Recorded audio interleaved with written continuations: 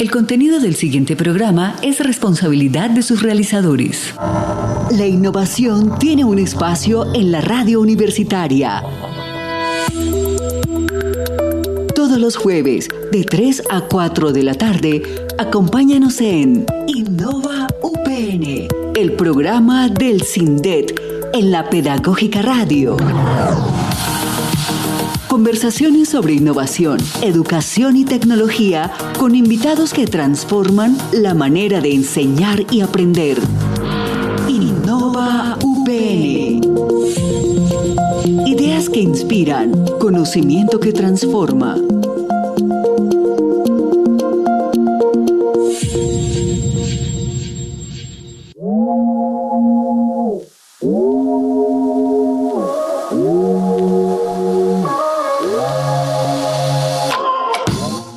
Buenas tardes, bienvenidos a Innova UPN, este espacio de la Pedagógica Radio, el CINDET y la Universidad Pedagógica, por supuesto. En primera instancia quiero saludar a todo el equipo que hace posible este programa: Mario Enríquez en el Control Master, Yolanda Barrantes, Diana Torres en Producción Sonora, Laura Chávez en Comunicaciones, Alejandro Sepúlveda en la dirección y todo el equipo que hace posible. Muchas gracias a ellos. Y hoy tenemos un tema muy interesante que se ha venido trabajando en estos últimos años, y por supuesto tenemos una invitada especial, y también viene en camino el profesor Carlos Merchán, que estaba atendiendo unos compromisos en el Ministerio de Educación Nacional. Eso nos pasa por ser tan elocuentes e importantes, maestro Merchán. Espero que esté escuchando esto en vivo. Bueno, mi invitada es la maestra Lady Carolina Arias Aguirre. Maestra, ella es la coordinadora de la licenciatura en Diseño Tecnológico de la Universidad Pedagógica. Bienvenida, muy buenas tardes, maestra, ¿cómo está?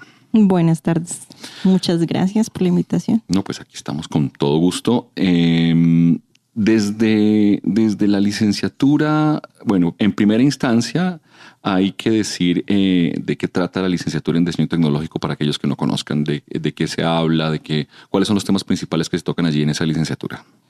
Bueno, hay que enmarcarlo desde un programa en el Departamento de Tecnología de la Universidad Pedagógica Nacional, en donde es inicialmente licenciatura. Entonces tiene un campo amplio dedicado a la educación, al aprendizaje o a la enseñanza. En diseño tecnológico, que refiere a dos campos fundamentales, que son la tecnología en su amplio rango y el método, que es a partir del diseño por el cual abordamos la tecnología. ¿Y la educación qué papel juega allí como transversal, como discurso transversal? Es decir, además, supongo yo que es del campo de la informática y la tecnología como uno de los campos, pero ¿qué papel juega la educación allí? Principalmente es la educación en el área como tal de la tecnología y la informática. Solo que en este caso el enfoque se le da desde el diseño. De esa forma se enseña, se aprende la tecnología a partir del diseño. Yo estaba mirando en algunos programas que antes se hablaba de diseño mecánico, de énfasis en temas mecánicos. ¿Cómo es este énfasis? Y tengo entendido que estamos en cambio, en renovación curricular. ¿Cómo es ese paso? Bueno, la licenciatura en diseño tecnológico tiene un amplio recorrido en la universidad de alrededor de 50 años, en la cual ha tenido diferentes énfasis.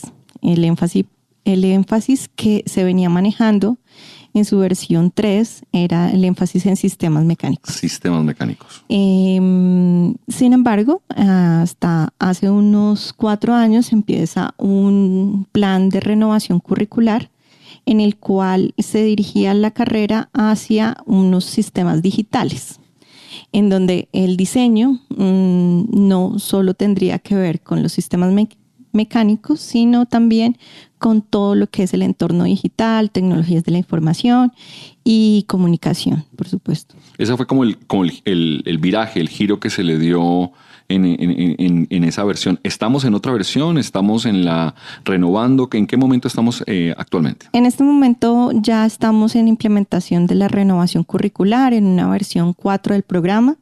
Desde el semestre 2025-1, es decir, desde el semestre pasado, se empieza la versión renovada, se dice así. La versión renovada. Sí. Pero tengo entendido que estamos en paralelo, es decir, hay estudiantes que están en la anterior versión, pero también tienen la nueva versión. ¿Cómo es eso? Sí. Debido al cambio de énfasis, no significa que se haya cambiado de programa. Igual se mantienen las bases, las líneas curriculares que enmarcan el diseño tecnológico, y es la mezcla entre educación, diseño y tecnología. Uh-huh. En ese orden de ideas tenemos la versión 3, que tiene el énfasis en sistemas mecánicos, y la versión 4, que tiene el énfasis hacia el diseño digital. Uh-huh. En ese sentido, en este momento, como acabamos de iniciar la implementación de la renovación, tenemos hasta cuarto semestre en una versión de diseño digital, y de quinto semestre en adelante están finalizando la versión en sistemas mecánicos. Es claro, en las presentaciones que se hicieron el semestre pasado, en varias de ellas tuve la oportunidad de estar, y se hablaba mucho del concepto de innovación. Muy seguramente tendremos en estos micrófonos a los expertos en innovación, así como es el profesor Juan Carlos Estupiñán y otras personas que han colaborado como en ese aspecto. Pero el viraje fundamental, ¿cuál es? No solamente cambiar de los sistemas mecánicos a los sistemas digitales, sino cuáles otras intenciones, qué otras posibilidades hay en un cambio de versión.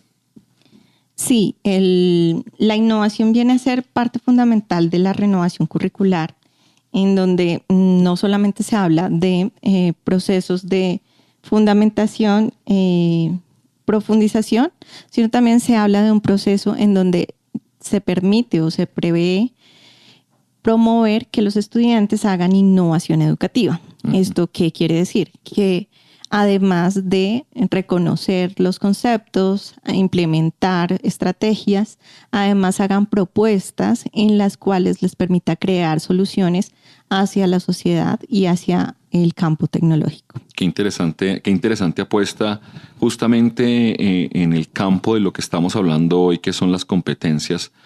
Hoy explicaba en clase la diferencia, o el verbo, ¿no? Que no es competir, sino competer. Y las competencias son entendidas como un conjunto de conocimientos integrados, bueno, también habilidades, actitudes y valores que le permiten a una persona desempeñarse, digamos, de manera eficaz en contextos determinados y con el ámbito de resolver problemas y, por supuesto, generar aprendizajes significativos. Pero eso de la resolución de problemas, que es un discurso que se ha escuchado en varias ocasiones, ¿cómo está atravesado? Los estudiantes aprenden a resolver problemas, qué tipo de problemas resuelven, con qué se enfrentan, tienen laboratorios, qué posibilidades tienen frente a la resolución de problemas en el ámbito del conocimiento. Bueno, en realidad es todo un proceso en el cual primero los estudiantes deben entender qué es un problema para resolver ante la sociedad, en el campo educativo, en el área de tecnología, en el área de informática, en el campo del diseño, qué es un problema y cómo podemos determinarlo como problema. Luego empezar a buscar esas posibles soluciones, pero entender, reconocer estrategias, técnicas que le puedan llegar, conocimientos, diferentes tipos de conceptos que le puedan llegar a dar ideas de unas posibles soluciones. Y luego sí, plantear soluciones. Entonces, la resolución de problemas es transversal. Uh-huh. Sí, por eso hablaba de esa transversalidad. El hecho de que ya de que aprendan a preguntar ya es una ganancia muy importante en términos de argumentación, lógica, curiosidad. Ahí ya hay unos elementos muy importantes relacionados con la creatividad. Y esa es mi siguiente pregunta. ¿Cómo se fomenta la creatividad? ¿Qué espacios, no solamente académicos, sino que usted sepa que hay en el programa, en la universidad, que fomentan la creatividad en los estudiantes, por ejemplo? ¿En algún espacio académico, en alguna línea transversal? Bueno, la creatividad es parte transversal del diseño. Ok, sí. Por lo cual, desde la posibilidad de crear, se permiten los diferentes espacios. nosotros tenemos espacios como innovación y creatividad, optativas como diseño y modelos y prototipos, diseño gráfico digital, producción audiovisual. Allí la creatividad debe estar. Sí, por supuesto, no son espacios donde solamente se aprende a hacer, sino también se aprende a crear, a proponer. Sí. Ajá. El impulsar a crear debe permitir también que la persona también pueda soñar, también entender que hasta qué punto puede ese sueño hacerlo posible. De ahí la idea de que de alguna manera se cristalice o se haga realidad una propuesta de innovación.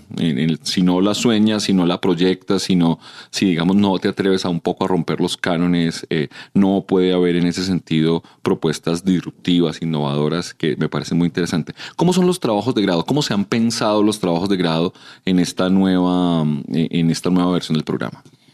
Bueno, nosotros en este momento tenemos líneas de investigación diferentes, sino que en esta nueva versión de programa relacionamos 4 énfasis.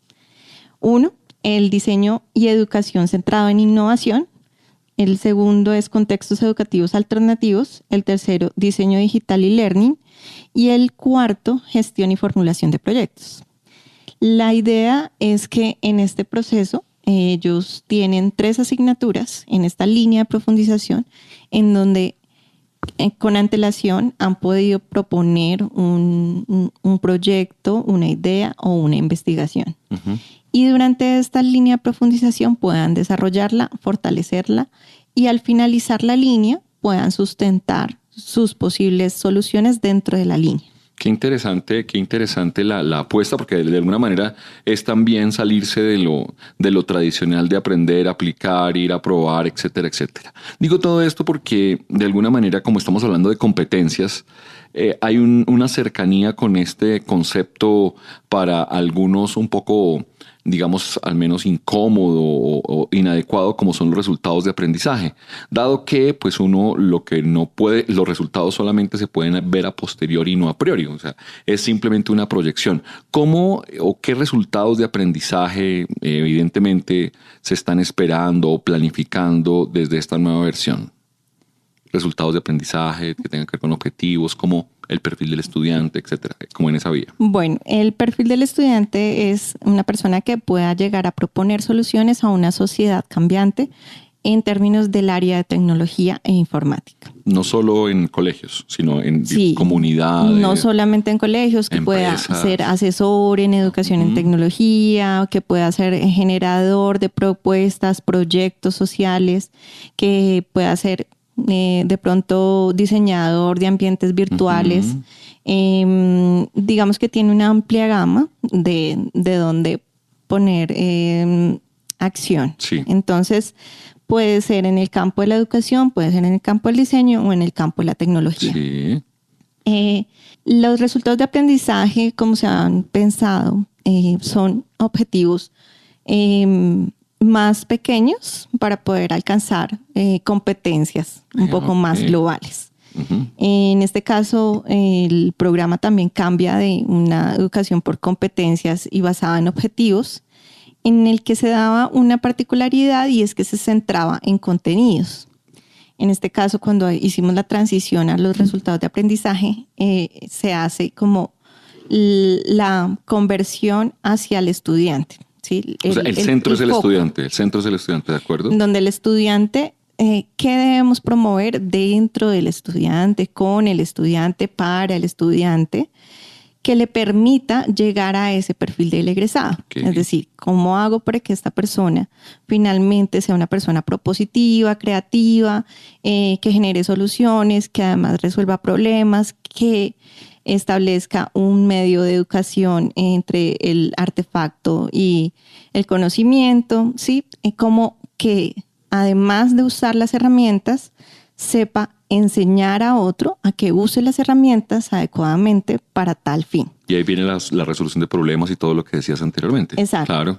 Entonces, los resultados de aprendizaje hacen un cambio fundamental en el programa. Y es cómo nos centramos en el estudiante. Eso es principal. Me parece que es muy interesante el tema, porque tradicionalmente las dimensiones de las competencias pues son las más conocidas, son las cognitivas, las procedimentales y las actitudinales, básicamente. En tanto las cognitivas, que es donde se trabaja el tema de la comprensión, el análisis, las procedimentales, la realización de tareas, bueno, aplicación de técnicas, y las actitudinales, los valores, la ética, bueno, la disposición al trabajo colaborativo, etc. En esos tres elementos, lo cognitivo, lo procedimental y lo actitudinal, el programa, ¿qué ha cambiado o qué propone para que los estudiantes, digamos, puedan salir o ofrecer o diferenciarse de otros profesionales de la educación en tecnología? Es que creo que ahí, además de solo entender la competencia como estos fundamentos, tres aspectos, es cómo se integra, cómo se debe integrar esto para que finalmente se llegue a la competencia. Y en el área de tecnología tiene algo particular, y es que tenemos muchas más herramientas, ¿sí? Porque nos desarrollamos a partir de artefactos. Claro. Sí, el computador, el internet, bueno, la técnica, el motor, en fin. Entonces, ¿cómo además estamos no solamente mezclando estas tres bases, sino cómo integramos estas tres para que sea una competencia tecnológica? Uh-huh. ¿Sí? De hecho, se habla de competencias TIC.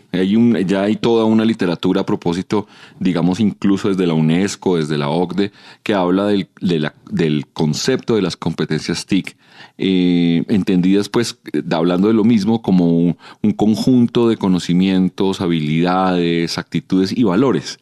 Estoy muy de acuerdo con el tema de la integración, que es justamente lo difícil, que es todo el escenario que se le propone al estudiante para que integre, cree, posibilite, etcétera, etcétera. Hasta el momento, ¿qué comentarios, qué impresiones se han recibido en esta transición por parte al menos de los estudiantes o de los mismos maestros? Ha sido muy positiva. Se hizo una encuesta bajo la primera semestre de implementación, en el cual los estudiantes empiezan a entender un poco que estos cambios han generado un mayor acercamiento hacia la sociedad en la cual nos encontramos en este momento. Y creo que eso tiene todo que ver con competencias TIC y competencias en sí. Y es que las competencias son desarrolladas inicialmente o particularmente o desde sus inicios. Su principio es que sea competente ante una sociedad tal, X, ¿no? Entonces, o sea, que haya coherencia y pertinencia entre lo que está aprendiendo y lo que puede hacer en su sociedad actual. En la sociedad que le corresponde, correcto. Exacto. Si estamos hablando, no sé, la Edad Media, pues sí, era competente para esa edad, para ese tiempo. Tendría que tener algunas habilidades, montar a caballo, saber cambiar la herradura, conquistar a las princesas, etcétera. No sé, yo me imagino los... Posiblemente. Podríamos hacer un estudio, maestra. ¿Qué le parece ese estudio? Las competencias necesarias en el medioevo, me parece. Digital, bueno, no digital. No, bueno, las competencias. Competencias del medioevo. Digitales no creo, sí, pero tecnológicas sí. Tecnológicas sí, podría claro. ser. Todo el tema ¿Sí? del herraje, sí. No, sí. por supuesto, sí se podría hacer. Claro. Pero entonces, ese cambio perfectamente está direccionado a precisamente acercarlos a la sociedad en la cual nos encontramos en este momento, a las necesidades de esta sociedad. Entonces, por eso se direcciona hacia lo digital, por eso se direcciona hacia la incorporación de tecnologías de la información. Uh-huh. Por eso se direcciona, porque en este momento nuestra sociedad, nuestros estudiantes a futuro, pues finalmente son nativos digitales. Uh-huh. Entonces, ¿qué más pertinente que acercarlos allí? Entonces, dentro de las preguntas de la encuesta que se hizo a los estudiantes a la renovación curricular fue esa: ¿qué tan pertinente vio estos cambios? Fue muy positiva las respuestas. Obviamente también hay cosas por seguir mejorando, pero pues estamos en ese camino y por lo pronto vamos muy bien. Bueno, hablemos de temas incómodos, las resistencias. ¿Qué resistencias ha encontrado usted por parte de estudiantes, de docentes? Bueno, porque no, todo cambio, toda innovación, toda renovación curricular trae consigo resistencias. No, era mejor antes, sí, ¿cómo me van a poner en clase de tal hora, tal? Bueno, no sé, los cambios que se hayan dado, pero ¿qué resistencia usted como coordinadora ha encontrado, tanto de docentes como de estudiantes, a este cambio? Bueno, tanto de docentes, un poco como el cambio es no sé, poco a poco. Sí, gradual. No es que de un semestre a otro yo ya soy un profesor diferente y ya estoy... ya doy una clase completamente diferente. No es tan así. Estar acostumbrado, digamos, a dar unas clases denominadas pedagogía de conocimiento. Centradas en contenidos, que sí. Eso es muy difícil cambiar, porque es lo que uno aprende y como uno aprendió. Claro. Es muy difícil empezar a poner ejercicios, empezar a darle la palabra a los estudiantes, a creer en el poder del foro, a desarrollar otros elementos que son súper difíciles. Sí, claro, ese cambio pues es el principal obstáculo. Reto. Uh-huh. Yo pensaría que reto de los profesores. Igual inician como bueno, sí, cambio un poco el nombre, tengo que ir cambiando, modifico contenidos, modifico el sílabus, modifico en papel, pero claro, el reto se da cuando ya entiendes, empiezas a modificarlo en clase. Claro. Y pues allí, sobre todo después, es también empezar a modificar la evaluación. Porque ya la evaluación no solamente es de contenidos. Esa era mi siguiente pregunta sobre la evaluación, porque si cambia de esta manera, también se cambian las formas de verificar, evaluar. Tenemos ahí una discusión semiconceptual con el profesor Merchan de calificar, etcétera, etcétera. Cambian esas maneras, es decir, cambia todo el acto educativo, la puesta en escena en ese sentido. Exacto, cambia el sentido hasta puedes utilizar el mismo formato, la misma herramienta, pero también tiene que cambiar el sentido de las preguntas, el sentido del objetivo de la evaluación, el producto como tal. Sí, entonces si tú vas a evaluar más el desempeño o vas a evaluar más lo actitudinal o vas a evaluar un poco más lo conceptual. Entonces allí... por supuesto, es una mirada diferente. Allí encontramos que hicimos un nuevo modelo para esta renovación curricular, que también el profesor Carlos Merchan propone ante estos cambios. ¿Qué es el modelo FEA? El modelo FEA, que se le dice FEA. Por la recordación, sí. Sí, pero... muy poético, el maestro viene en camino. Sí, continúa.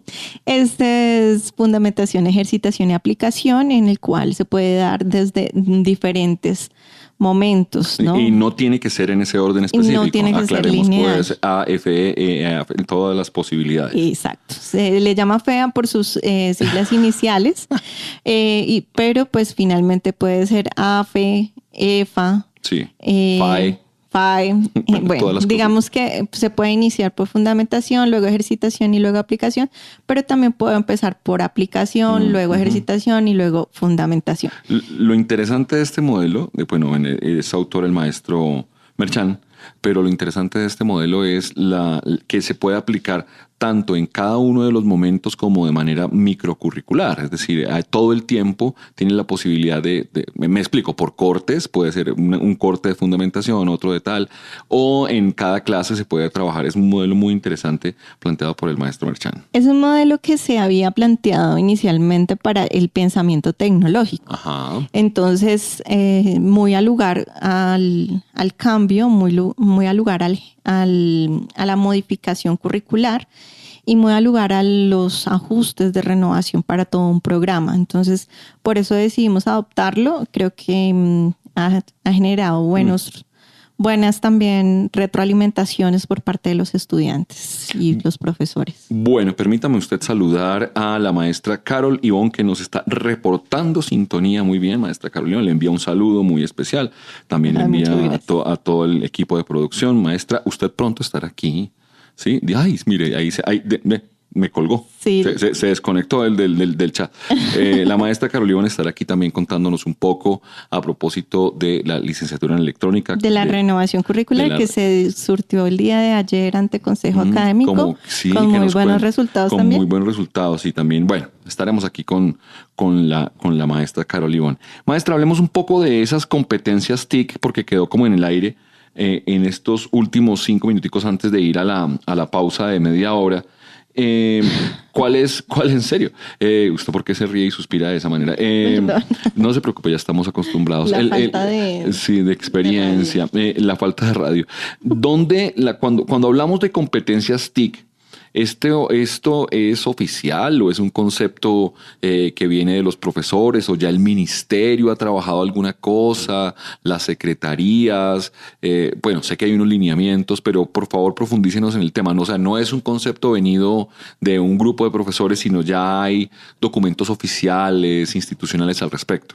Sí, claro, por supuesto. Desde 2008 más o menos la UNESCO habla de las competencias TIC. Las competencias TIC vienen a suplir lo que hace un momento hablábamos de esas necesidades de nuestra sociedad, ¿no? Uh-huh. ¿Qué necesidades tenemos en esta sociedad? Entonces, tenemos una cantidad de información que tenemos bajo las diferentes redes sociales. Mire este concepto, infoxicación. ¿Qué le parece? Por eso infoxicación. Tenemos infoxicación. Infobesidad también. No se ría, de verdad, existe el concepto. Bueno, no es muy académico, pero sí existe infoxicación e infobesidad. Mórbida, claro. Infobesidad. No, ni idea. Ese sí no lo conocía. No, para que vea. Bueno, pero ¿cómo gestionamos ¿Cómo gestionamos tanta información? Sí. Tantos medios de comunicación. ¿Cómo gestionamos tantos posibilidades de comunicación, ¿cierto? Entonces, ahí la competencia TIC dice, ok, bueno, vamos a empezar a determinar de qué forma podemos darle camino a estos procesos, cómo resolvemos los problemas en el entorno de información de la comunidad, digamos, del entorno digital. Cómo producir información adecuadamente, cómo participar informadamente en una sociedad que tiene tantos medios y tanta comunicación. Esto me parece que es fundamental debido a las falsas noticias, la verificación de fuentes, toda esa cantidad de verdad, ahora sí, de información, ese mare magnum de información que no nos permite a veces pensar. Yo considero que este es un elemento absolutamente importante de la clasificación de la información. Y allí es donde la educación en tecnología hace sentido. Su papel, claro, ¿no? Totalmente. Y no estamos hablando solamente, estamos hablando de una partecita de la tecnología, ¿no? De cómo la tecnología finalmente afecta o, bueno, también no solo afecta, sino también está en nuestras vidas. Sí, radicalmente. Y el manejo adecuado de esta misma transformaría toda una sociedad, ¿cierto? Y por eso hablamos de una alfabetización tecnológica, por eso hablamos de la formación en tecnología, es necesaria para también hacer una transformación social. Entonces, de allí vienen las competencias TIC, por supuesto. ¿Cómo hacemos esto? De hecho, se empieza a hablar de las competencias TIC para docentes, porque precisamente para que el docente pueda enseñar al uso y transformación de las tecnologías de la información, pues tiene que conocerlas primero, usarlas y además transformar a partir de ellas. Que no es nada sencillo. Pues como bien decía, hay otro elemento también importante que se trabaja desde la OCDE cuando entramos en esa ruta y todo el tema de las pruebas PISA, que hay un reconocimiento de alguna manera de las competencias digitales, pero como parte de las competencias clave del siglo XXI. Es decir, no es un tema menor, no es una ocurrencia de unos cuantos académicos allí en una biblioteca o ingenieros detrás de un máster aquí que nos miran para todos lados, sino es un tema ya de organismos multilaterales, por ejemplo, como la OCDE, y están en el marco de las competencias clave del siglo XXI. O sea, no es un tema menor, las competencias digitales, TIC. Claro, porque es que de todas maneras es algo que llega y además no solo transforma este momento, sino que va a transformar de ahora en adelante. Entonces no es algún propósito momentáneo, sino es un propósito a futuro también. Y que desde ya se debe formar tanto a las generaciones que tenemos en este momento como a las futuras en el uso de todas estas tecnologías. Bueno, muy bien, vamos a una brevísima pausa institucional y ya regresamos aquí a Innova UPN hablando de competencias TIC con la maestra Carolina Arias.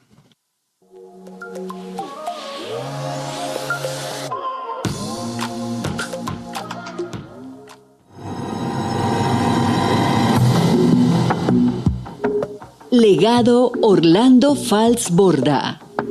Cultura ribereña. Pero cuando decimos cultura ribereña, no es cualquier cosa, es el arte de vivir al pie de un río y de las ciénagas y de los caños que se forman especialmente en esta depresión.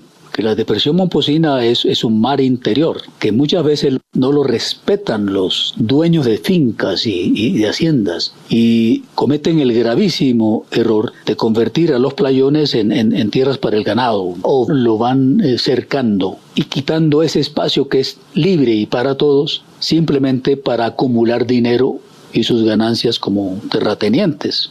En otras palabras, esa cultura del río se ve amenazada por la mentalidad capitalista acumulante de los ribereños más pudientes.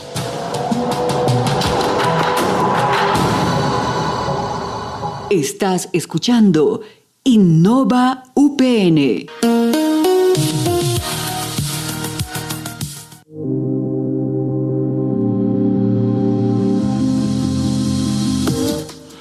Y seguimos aquí en Innova UPN hablando de competencias TIC. Bueno, hemos aprendido que las competencias TIC no son simplemente un tema de moda, sino se proyectan de verdad como un eje articulador de la sociedad y entendida su importancia. También se están trabajando desde diferentes partes, desde diferentes lugares del planeta. Uno de ellos es el Marco Europeo de Competencias Digitales, lo que se conoce como DICOM, que ya salió hace unos añitos, en el 2013, ya va para sus 11 años, pero tiene una actualización muy interesante en el 2022. Allí se habla fundamentalmente de 5 áreas que son la información y la alfabetización digital como primera, la comunicación y la colaboración, ya vamos a detenernos sobre esa, la creación de contenido digital, la seguridad digital y la resolución de problemas.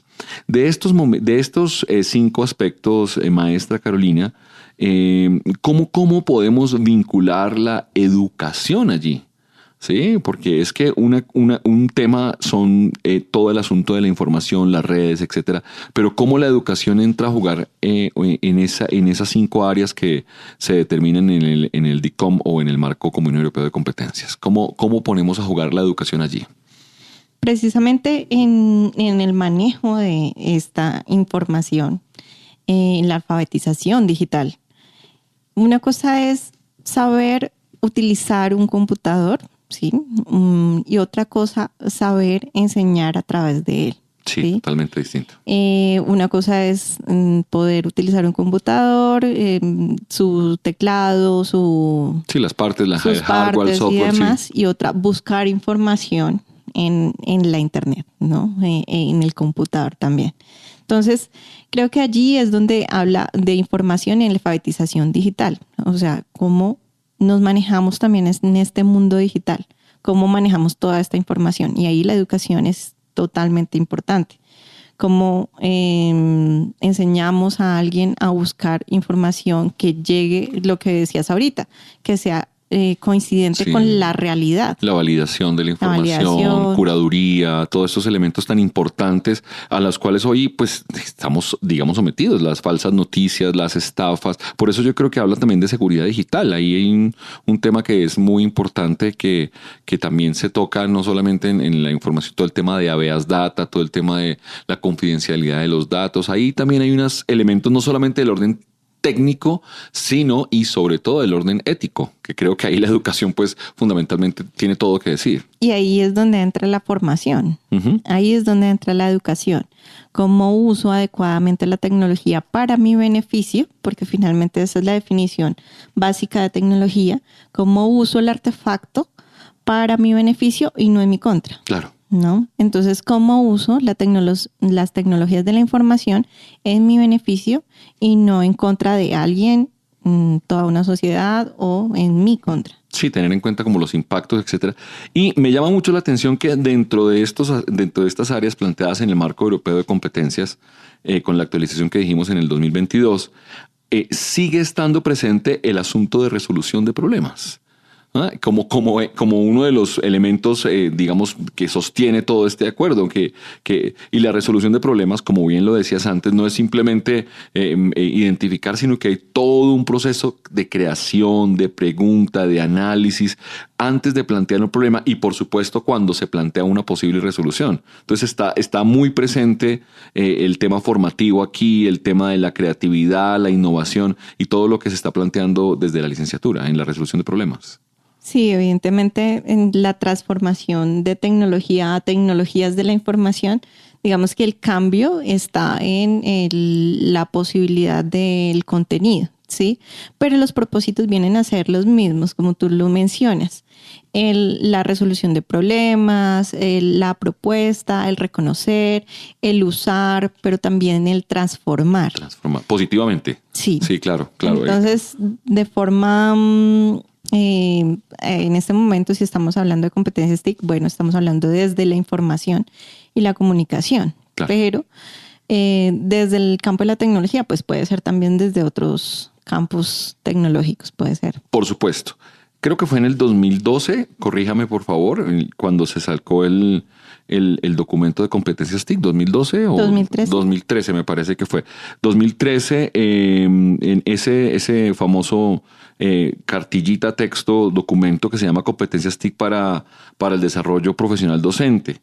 Allí en ese documento se plantean una especie de pasos o niveles progresivos en los que se esperaría que los maestros fueran avanzando paulativamente, de ir trabajando sus elementos.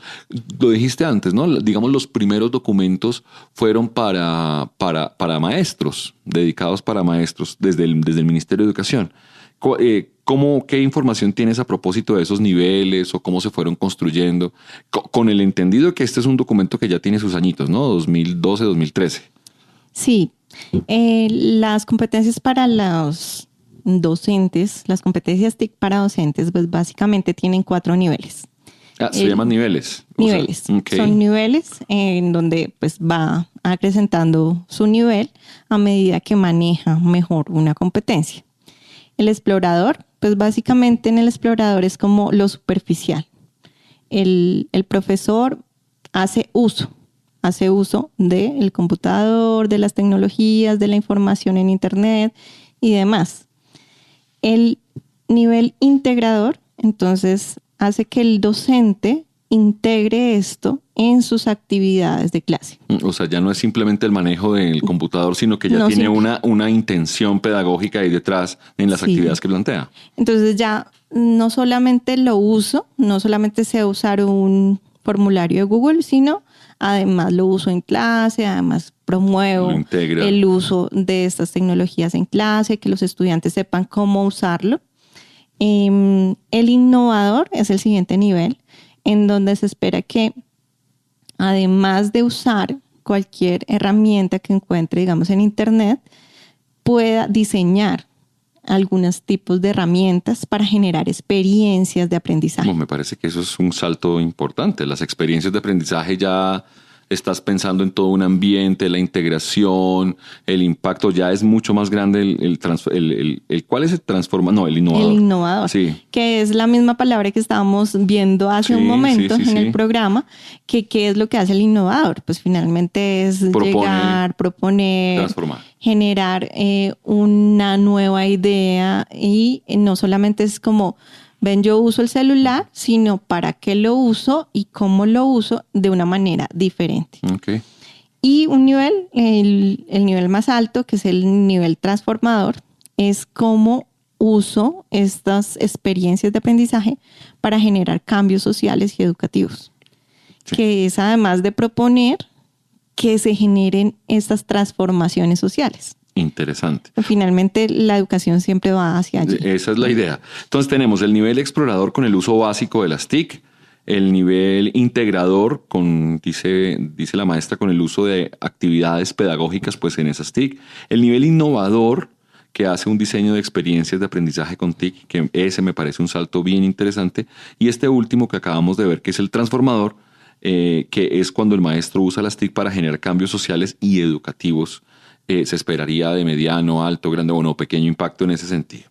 También en el Plan Nacional de Educación de 2016-2026, que ya va a concluir, se reconoce la necesidad de fortalecer las competencias digitales, pero para responder a retos en esto que se llama la sociedad del conocimiento. ¿Sí? En donde no solamente basta tener la información, el dato, sino hay que verificar las fuentes, hay que establecer unos parámetros para argumentar mejor, para buscar eso. La siguiente pregunta es esta, maestra. ¿Cómo trabajar esta cantidad de información y que los chicos no se agobien? Porque hay mucha información. Claro, la respuesta fácil puede ser con actividades, con talleres, con laboratorios, pero es cómo lograr esa integración de todos estos elementos en los estudiantes. ¿Qué se ha propuesto el programa? ¿Cómo lo has trabajado? ¿O cómo se ha trabajado? Bueno, el programa en sí tiene que ser integrador, ya como tú lo mencionas, es mucha información. La tecnología es bastante amplia, ¿no? Uh-huh. Entonces, el programa debe empezar con lo básico, el uso, y casi que los niveles que veíamos ahorita. El uso de ciertas técnicas, artefactos, estrategias, si estamos hablando desde la educación, estrategias pedagógicas. Si yo estoy hablando de, no sé, de producción audiovisual, pues necesito saber el uso de la cámara para poder llegar a hacer un video. Uh-huh. ¿Sí? Primero es el uso, y por eso tiene mucho que ver los niveles que hablábamos hace un momento. Entonces, la licenciatura tiene espacios en donde se enfatizan en el uso de técnicas, en el uso de artefactos, en el uso de herramientas y máquinas, en donde se pueda saber eso. Y también tiene el campo educativo, en donde los estudiantes sepan qué herramientas usar de manera pedagógica.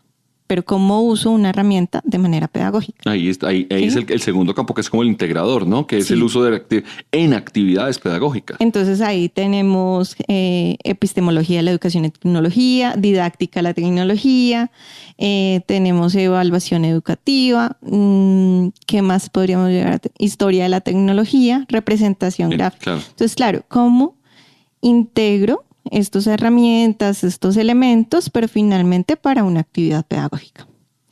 El innovador. Entonces, ¿cómo hago uso cómo genero propuestas de diseño para generar experiencias de aprendizaje en las tecnologías? Disculpe la insistencia, me parece que eso es fundamental. O sea, porque la experiencia de aprendizaje, además sumada con TIC, es realmente transformadora, porque no estamos hablando de cualquier tipo de experiencia, es decir, no es un tema Montessori, es simplemente distribución, sino que aquí se mete todo lo digital, todo lo experiencial, y súmale las posibilidades de realidad aumentada, realidad virtual, videojuegos, creación de avatar. O sea, tenemos todas las posibilidades allí para generar, proponer, trabajar experiencias de aprendizaje con TIC. Claro, y se me olvidó una parte muy importante, y es que entre el integrador y el innovador está la práctica, uh-huh. ¿cierto? La práctica docente. Y ahí es donde nosotros en práctica docente no solamente tenemos espacios de aula, sino también espacios alternativos en los cuales los estudiantes deben reconocer otros elementos donde se da la educación en tecnología. Sí, el CINDED es uno de ellos, por ejemplo. Por ejemplo. El Centro de Innovación, Entonces, ahí tenemos el practicante. Hacen claro. diseño instruccional, ambientes virtuales de aprendizaje, en donde la educación en tecnología LMS, no se da solamente en el aula de clase, sino también se da en otros espacios digitales, por ejemplo. Sí, tenemos estudiantes que trabajan que están en su práctica en Colnodo. Es una ONG en donde también desarrollan propuestas pedagógicas para la enseñanza en tecnología. Y dentro de los propósitos de la renovación curricular es que cada línea de profundización tenga como espacios acorde a su práctica educativa. De nosotros, ¿cómo vamos? Por ejemplo, un dato, no sé cómo, si lo tengas en la cabeza, hemos recibido, por ejemplo, estudiantes de afuera hacia el programa, es decir, extranjeros que vengan a estudiar al programa, o más tenemos movilidad de estudiantes nuestros hacia, por ejemplo, internacional, a otros. ¿Cómo está ese? No es un dato exacto, no te quiero, digamos, no es un dato para... Sí, no lo tengo tampoco. Sí, exacto, sí. Pero ¿qué sabes de esa movilidad posible? Y va la siguiente pregunta después. Bueno, ¿qué sucede con los estudiantes de nuestro programa? Tienen 3 campos para poderse movilizar hacia otras universidades, otros programas. Tecnología, diseño y educación. Exacto. Genial. Entonces, es bastante apertura para que ellos puedan postularse a movilidad. En ese momento mi monitor acaba de llegar de México, en donde estuvo en una licenciatura de educación, porque bueno, allá pero son... Eso te iba a decir. Hay que aclarar la eso. licenciatura no tiene que ver con educación, sí. Sí, allí en México las licenciaturas son todo lo profesional. Todo lo profesional. Dígame licenciado, sí señor. Entonces, pero para ella estaba en la licenciatura de educación, aunque para nosotros suene redundante, allá no lo es. Sí. Hemos tenido en Brasil, en Chile, digamos que depende de las propuestas, pero también es muy, digamos, común que ellos encuentren lugar en cualquier tipo de universidad en temas de movilidad, de intercambios, porque encajan en cualquiera de los 3 campos, o en el educativo, o en el de diseño, o en el de tecnología. Entonces eso les permite que ellos puedan postularse. Ya como el apoyo es interno de la universidad, pues han generado becas, becas completas o medias becas para ese todos los apoyo. programas que ofrece la ORI. Muy bien, aquí también tendremos al director de la ORI. Terminemos este fantástico espacio, maestra. Primero, muchas gracias por la invitación, pero quiero no dejar en el tintero un tema que me parece importantísimo, que es la vinculación de las competencias TIC con esos saberes que se llaman saberes del siglo XXI, o estos elementos tan importantes relacionados con esas competencias TIC que se convierten en una llave como transversal para el siglo XXI. Me refiero a aprender a conocer, aprender a ser con H y hacer sin H. Es que mi mala pronunciación no me permite la diferenciación. Y aprender a convivir. Esos elementos que me parecen súper importantes frente a lo actitudinal, a lo del conocimiento, a lo ontológico de valores. ¿Cómo está la licenciatura trabajando de cara a esas competencias del siglo XXI? Bueno, cabe aclarar que estas competencias tienen mucha relación con las competencias tecnológicas. Toda tiene que ver, ¿sí? Y que precisamente por eso se le llaman saberes, competencias, habilidades para el siglo XXI, porque cumplen como las mismas propósitos finales, y es a acoplarse a una sociedad cambiante, y pues todo tiene que ver con la tecnología en nuestra sociedad actual. Pero en relación a la pregunta, el aprender a conocer, por ejemplo, estaría relacionado con el manejo de la información en el mundo digital, la alfabetización que tiene en los medios, la alfabetización mediática, súper importante. y el pensamiento crítico que pueda tener ante esta información que encuentre en los medios, ¿no? Que es fundamental. Es ahí creo, lo más importante, porque pararse frente a mi hijo de 6 años, de 7 años ya, piensa que todo lo que aparece en internet es verdad. Es válido. Sí. Ni siquiera válido, verdad. ¿Sí? ¿Por qué lo dices? Porque apareció en internet. O sea, no hay un distanciamiento crítico ahí. Esperemos que... Y ahora con todo lo que es la inteligencia artificial y la generación de contenido mucho más... Contenido con tu voz, No, conmigo no. con tu imagen. Menos. Sí, claro. Desde que ya tengas una foto en internet, desde que ya se tenga la voz tuya en línea, pues ya se pueden hacer ciertas modificaciones. No, entonces, terrible. claro, ¿cómo hago para prepararme y para preparar a otros en este sentido de tener un pensamiento crítico y decir esto es verdad o esto no? Sí, claro. Muy, muy fuerte. O esto es generado por IA y esto no. Sí. También el aprender a hacer, ¿no? ¿Qué tiene que ver eso? El uso de herramientas, el uso de técnicas, el uso de máquinas que hablaba hace un momento. Eso es aprender a hacer. Eso es que de todas maneras yo debo saber cómo usar ciertas herramientas para este mundo actual, ¿no? Entonces, de todas maneras vas a tener que saber cómo usar un celular, porque así no quieras, en algún momento lo vas a tener que usar. Uy, no. Dígale eso al maestro Bustamante que no tiene celular. Yo estoy pensando... O al maestro Jesús. Jesús que tiene un celular, o digamos, no un smartphone. Sí, eso no significa que no le sepa usar, sino que decide, luego de saberlo usar, No usarlo. decido no usarlo. Y eso es diferente. Oiga, lo voy a Eso entrevistar. estaríamos relacionados con el pensamiento crítico que con el uso. Usted que es la jefe, mándelo acá al programa. Dígale, ordénele, dele la orden que... Eso. Bueno, también tiene que... otro elemento de los que estamos hablando es aprender a ser. El ser, lo ontológico. ¿Qué tiene que ver eso?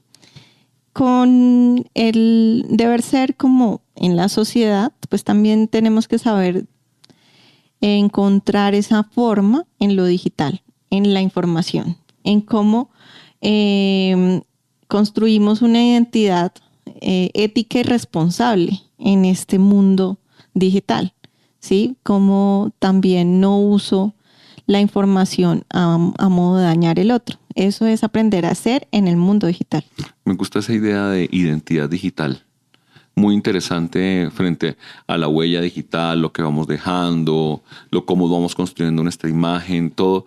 Y hoy que tenía clase con los estudiantes también les hablaba de eso, ¿no? De la necesidad permanente de estar posteando la vida, de buscar aprobación de alguna forma, cómo se construyen subjetividades, identidades colectivas, de que en otro momento de la historia tenían otras particularidades. Es decir, antes nos encontramos en parques, en otros lugares, pero los nuevos lugares de encuentro también han cambiado y por ende las formas de relacionamiento, las subjetividades. Muy interesante ese concepto de identidad digital.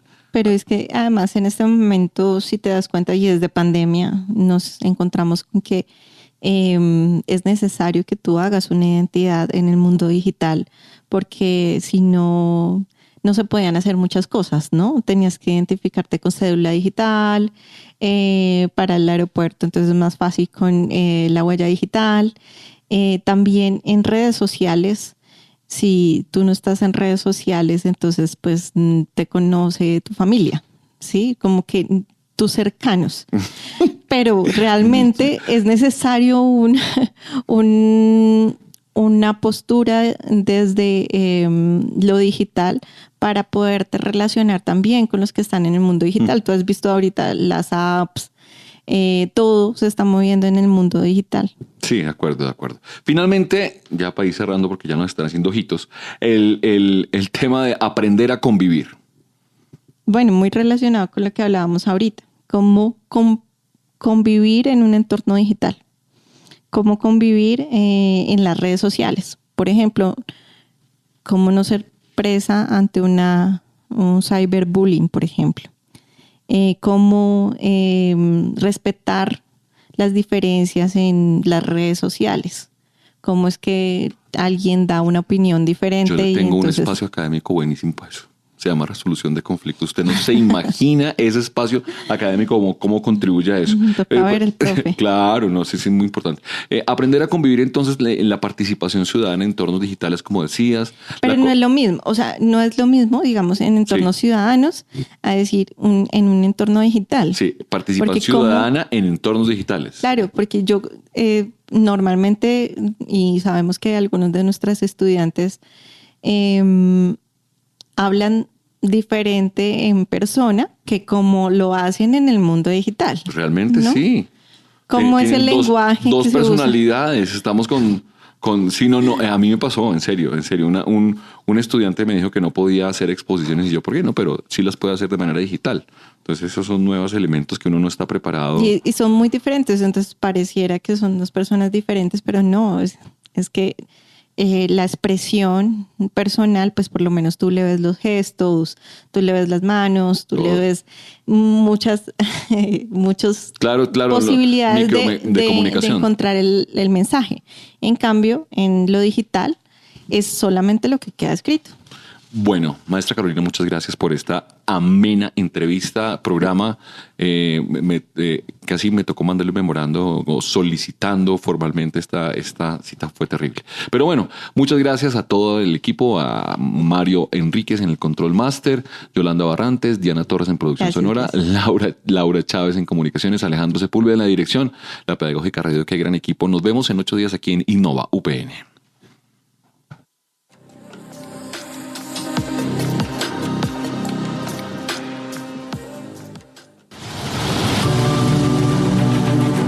Universidad Pedagógica Nacional. 70 años siendo la educadora de educadores.